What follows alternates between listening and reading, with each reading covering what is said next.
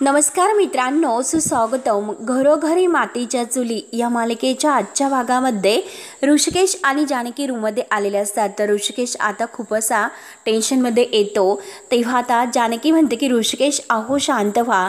तेव्हा आता ऋषिकेश म्हणतो की कसा शांत होऊ जानकी, नालायक ऐश्वर्या परत आपल्या घरात आली आणि आपण काहीच करू शकत नाही का? अगं त्या सारंगला बायकोचं बैल म्हणून अगदी कंटाळा आला, तरी सुद्धा तो बैलासारखाच वागतोय. अगं बैल तर परवडतो कारण नांगर ओढण्यासाठी तो कामी येतो, परंतु हा सारंग काय कामाचा आहे? जानकी आपल्याशी किती नाटक केले, तिला घराच्या बाहेर काढण्यासाठी नाटक केले आणि परत आता घरामध्ये घेण्यासाठी सुद्धा तोच नाटक करतोय.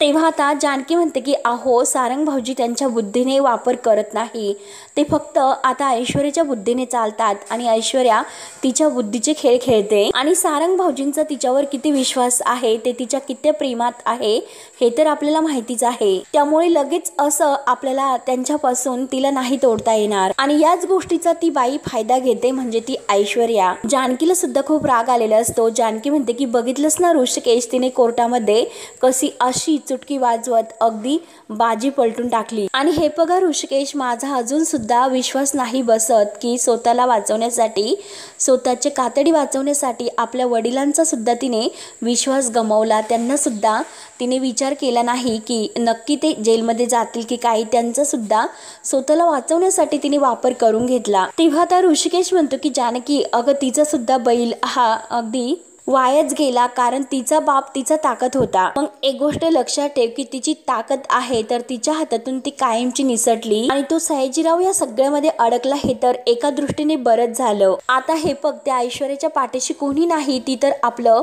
घर मोडायला निघाली होती, परंतु आता मात्र स्वतःच तिने स्वतःच्या बापाला तुरुंगात पाठवले आणि जानकी हेच तर आपल्याला हवं होतं. त्यानंतर आता इकडे जेलमध्ये संपत आणि सयाजी एका जेलमध्ये असतात. तर सयाजी आता संपतची गचंडी धरतो की हरामखोर, अरे तू माझंच खाल्लं आणि शेवटी माझ्यावरच उलटलास का? तू ह्या समद्यामध्ये मला का अडकवलंस? याचा जाब मात्र आता गचंडी धरून तो संपतला विचारतो. तेव्हा आता सयाजी म्हणतो की हे बघ, मला आता येथून लवकरात लवकर बाहेर काढ, नाहीतर मी तुझा मुर्दा पाडला नाही तर नावाचा सयाजीराव नाही. तेव्हा आता संपत तर खूप घाबरलेला असतो. संपत आता हाता पाया पडतो की मालक मला माफ करा. अहो त्यावेळेस परिस्थिती तशी होती म्हणून माझ्याकडे कोणताही दुसरा असा पर्याय नव्हता. आणि हे बघा अहो म्हणजे मालक, ते ऐश्वर्या आणि सारंग आहेत ना, ते आपल्या गोडाऊन मध्ये आले होते. तेव्हा आता सयाजी म्हणतो की काय बोलतोस? ऐश्वर्या तिकडे आली होती?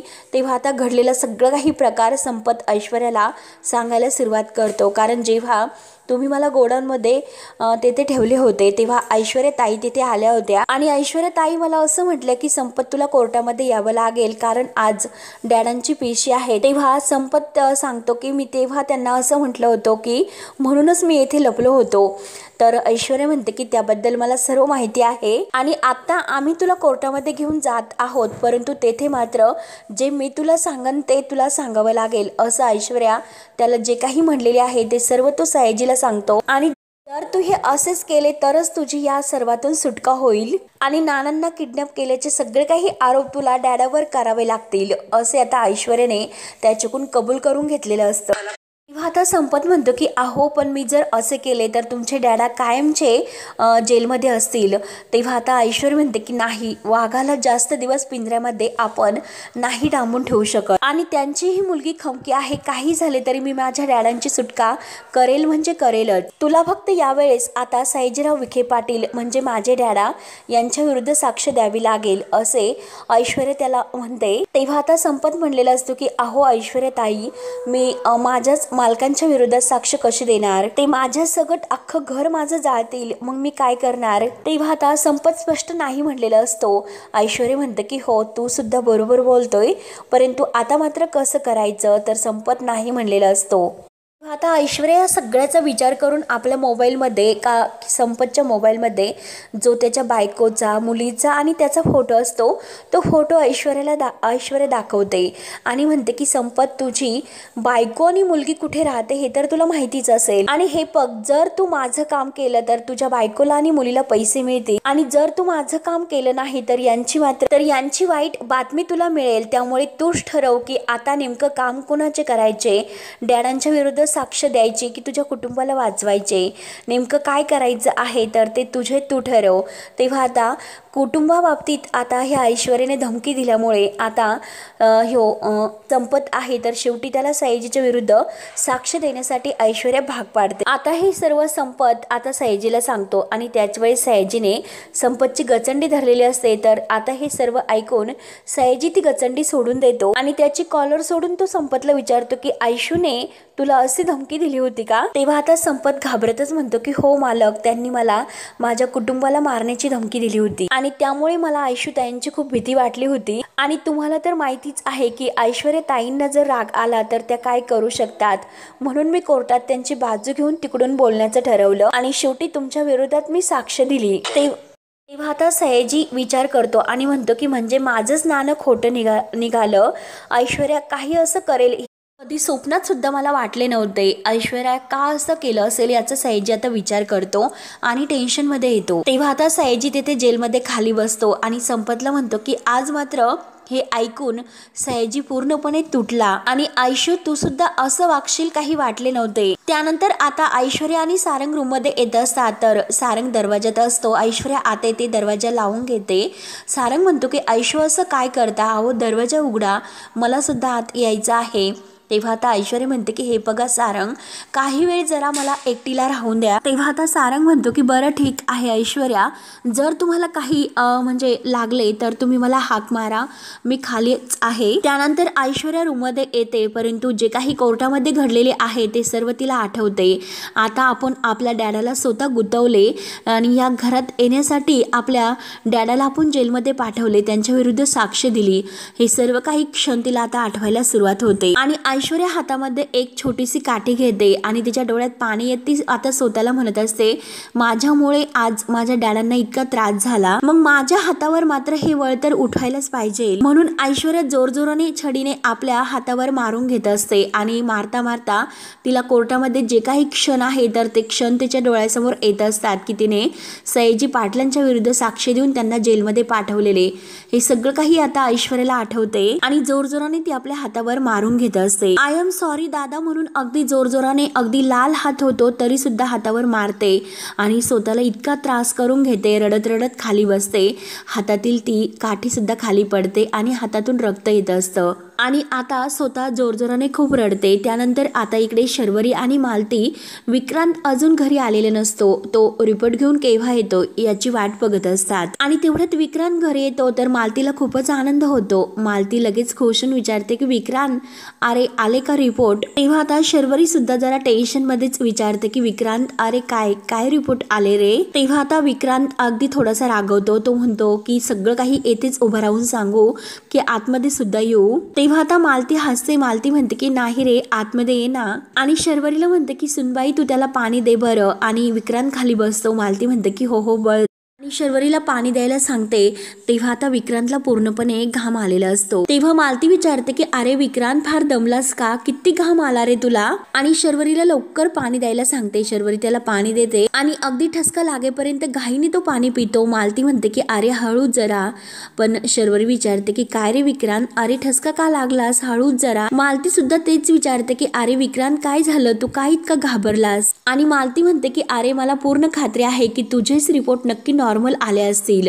तेव्हा आता शर्वरीला राग येत असतो, ती रागाने मालतीकडे बघते. तेव्हा आता शर्वरी सुद्धा विचारते की विक्रांत अरे तू इतका गप्प का बसला, सांग ना काय रिपोर्ट आलेत म्हणून. मालती म्हणते की अरे सांग ना लवकर, माझी उत्सुकता वाढलेली आहे, अरे लवकर. तेव्हा आता विक्रांत म्हणतो की आज मात्र रिपोर्ट नाही मिळाले. तेव्हा ते ऐकून आता शर्वरी म्हणते की काय काय बोलतोस, रिपोर्ट नाही मिळाले, रिपोर्ट्स आले नाही म्हणजे?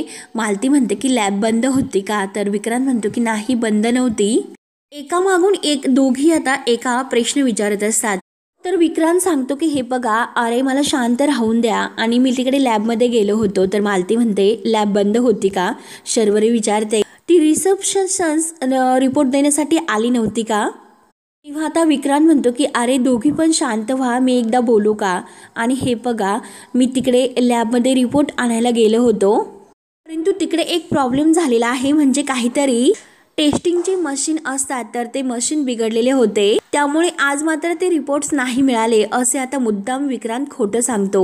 तेव्हा आता शर्वरी विचारते की विक्रांत, अरे तू हे काय सांगतो, असं कसं होईल? टेस्ट करणारं मशीन बिघडलं म्हणजे नेमकं काय झाले? तर मालती म्हणते की अरे मशीन बिघडले होते, मग तू एकदा त्यांना विचारायचं होतं। अरे ते तोंडाने आपल्याला रिपोर्ट सांगतात, तू त्यांना विचारायला हवं होतं। तेव्हा आता विक्रांत म्हणतो की आई अगं तू काय बोलते, काही हॉस्पिटलचे नियम वगैरे असतात, ते असे तोंडाने रिपोर्ट नाही सांगू शकत, काही नियम असतात त्याप्रमाणे त्यांना वागावं लागते। आणि मी तर त्यांच्याकडून रिपोर्ट घेण्यासाठी भांडलो सुद्धा, मी त्यांच्यावर इतका चिडलो, मी त्यांना सांगितलं निदान फोन करून एकदा कळवायला हवे होते, इतकी मोठी फेरी माझी इकडे येण्याची वाया गेली, म्हणून मी त्यांना खूप काही बोललो सुद्धा। मी त्यांना परत म्हणलो की तुम्ही सांगायला हवं होतं की असा असा प्रॉब्लेम झाला, मी रिपोर्ट घेण्यासाठी आलोच नसतो। तेव्हा आता ते मला म्हणत होते की आम्ही सगळ्यांना कळवलं होतं, फक्त तुम्हालाच कळवायचं राहिलं होतं।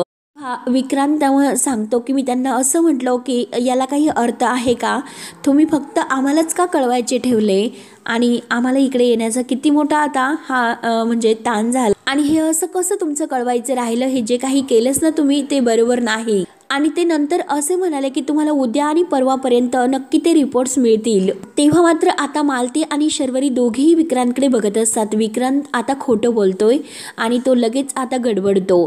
तेव्हा तो म्हणतो की मला खूप भूक लागलेली आहे, तोपर्यंत मी तयार होऊन रूममधून बाहेर येतो, तुम्ही मला जेवण वाढा, म्हणून तो थरथर कापत आतमध्ये जायला निघतो।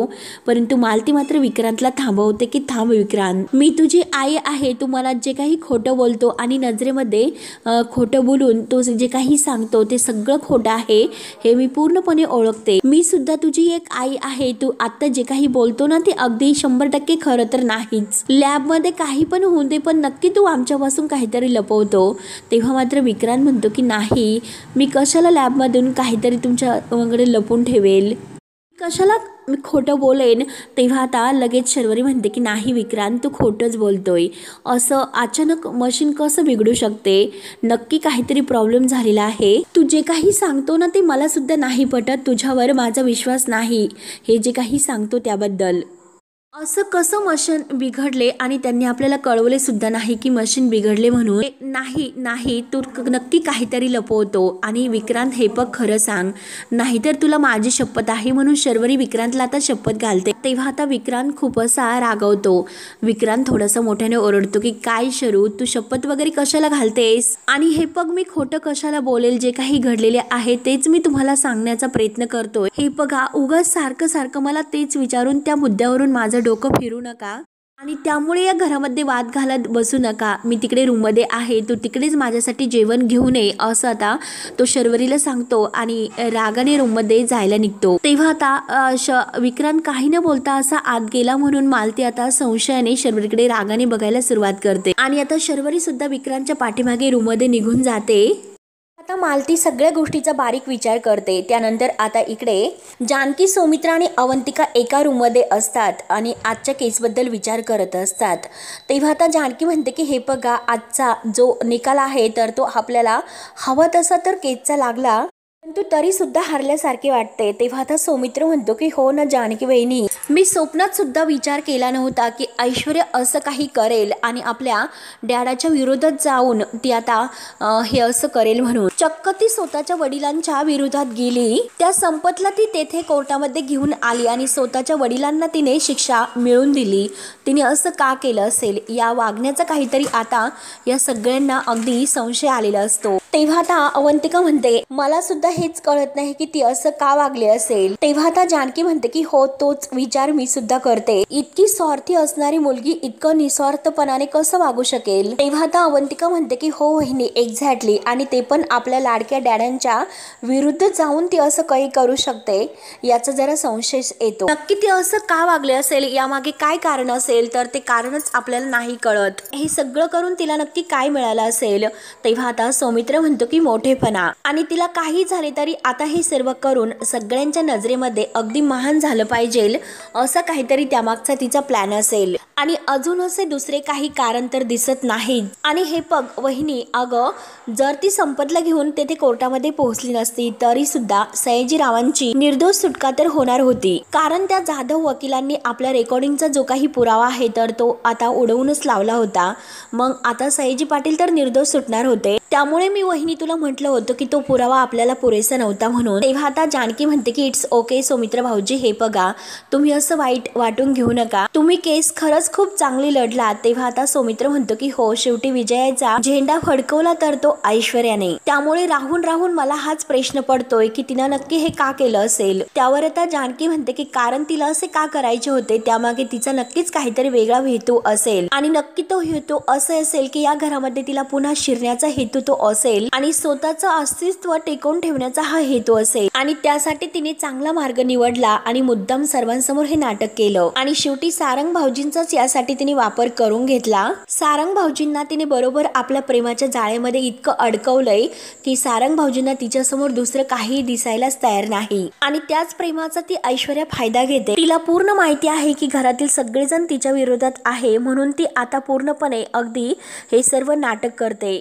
परंतु आपल्याला सुद्धा सावधच राहायला हवं, त्या ऐश्वर्यावर अगदी बारीक असं लक्ष ठेवायला हवं, कारण ऐश्वर्यावर विश्वास ठेवून जमणार नाही. उद्या ती काय करेल आणि काय नाही हे सगळं काही सांगता येत तर नाही. त्यामुळे ऐश्वर्याचे जे काही आता खेळ आहे निराळे सुरूच असतात. ती आता पोलीस स्टेशनला येते, आपल्या डोक्यावर पदर घेते आणि आता जे हवालदार असतात तर ते त्यांना खिडकीतून म्हणते की दादा अहो 2 मिनिट जरा बाहेर येतात का. तेव्हा आता हवालदार विचारतो की नक्की काय आहे, आता कशाला बाहेर बोलावलंस. तेव्हा मात्र आता ऐश्वर्या डोक्यावर पदर घेते, अगदी समंजसपणाने म्हणते की फक्त 2 मिनिट, अहो 2 मिनिट या. तेव्हा आता हवालदार बाहेर येतात. तेव्हा आता तिने डोक्यावर पूर्ण चेहरा झाकून पदर घेतलेला असतो. हवालदार विचारतो की नक्की काय, तुम्हाला काय बोलायचं होतं.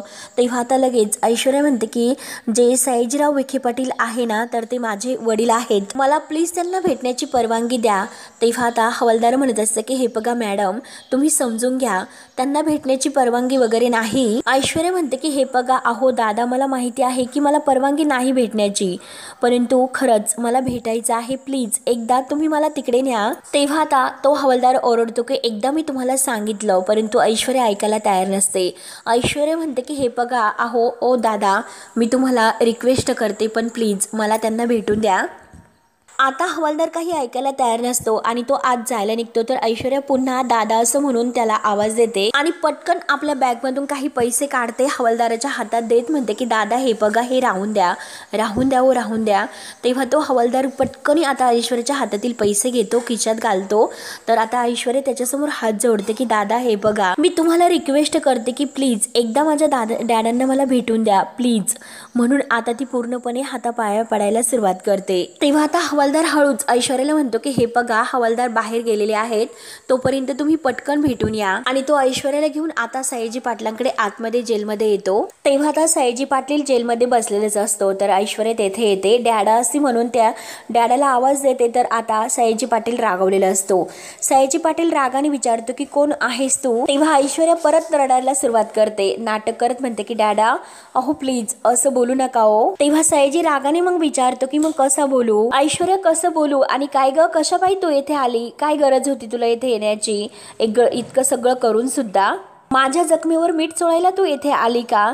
तेव्हा ऐश्वर्या म्हणते की डॅडा अहो प्लीज प्लीज असं काही बोलू नका. सयाजी रागाने म्हणतो की हे पग मला तुझं तोंड सुद्धा बघायचं नाही, तू तुझं थोबड इथून काळं कर.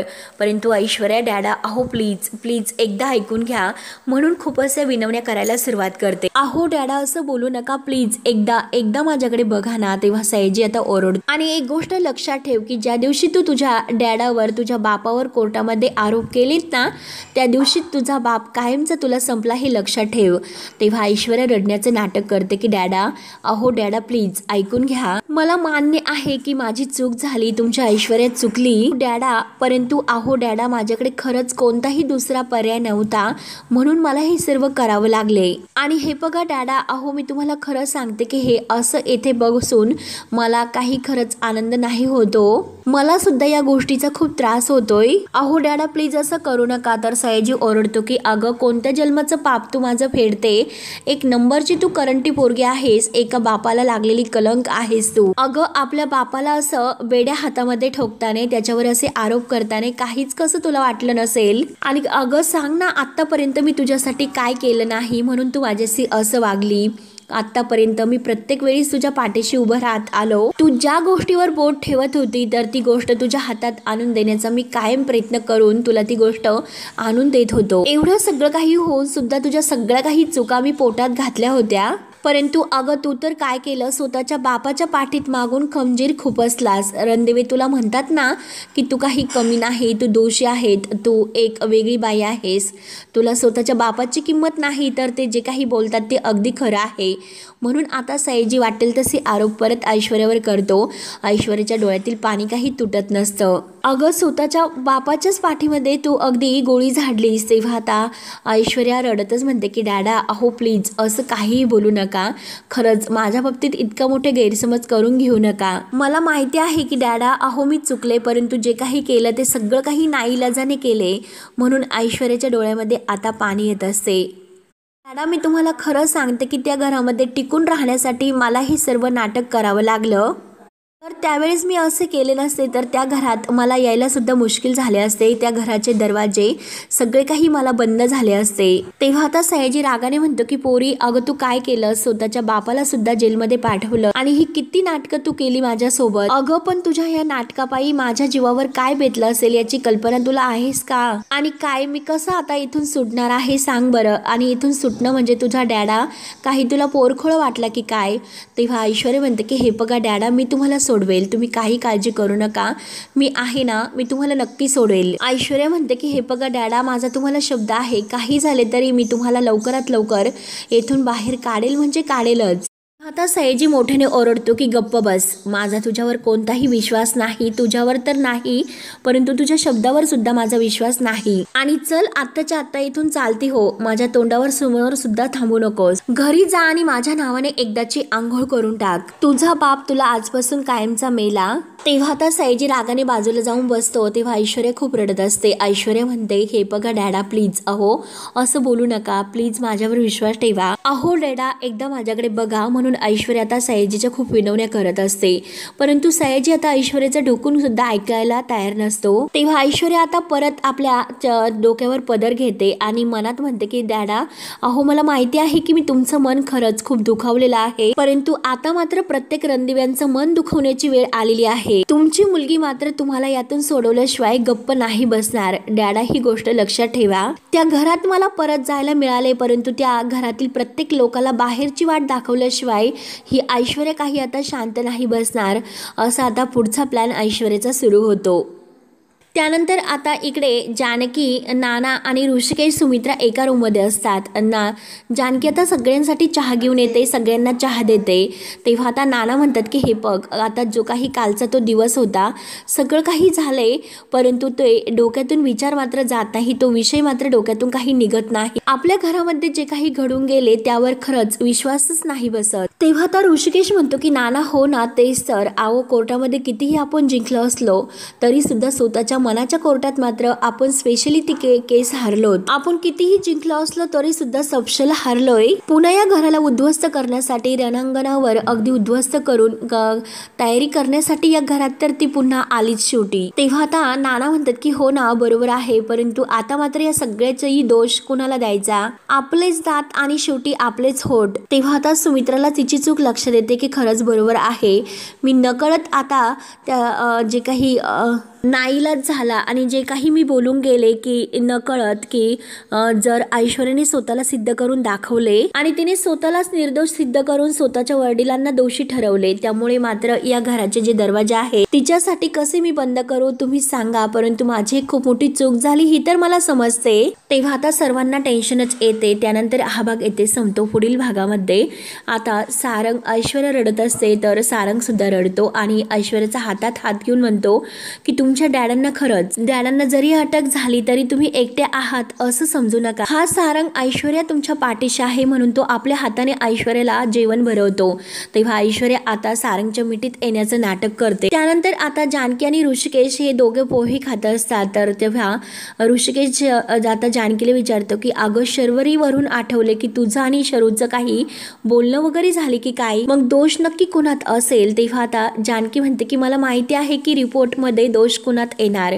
त्यानंतर आता विक्रांतला शर्वरी विचारत असते, अरे जर दोष माझ्यात असेल तर तुझी आई मला घराच्या बाहेर काढेल.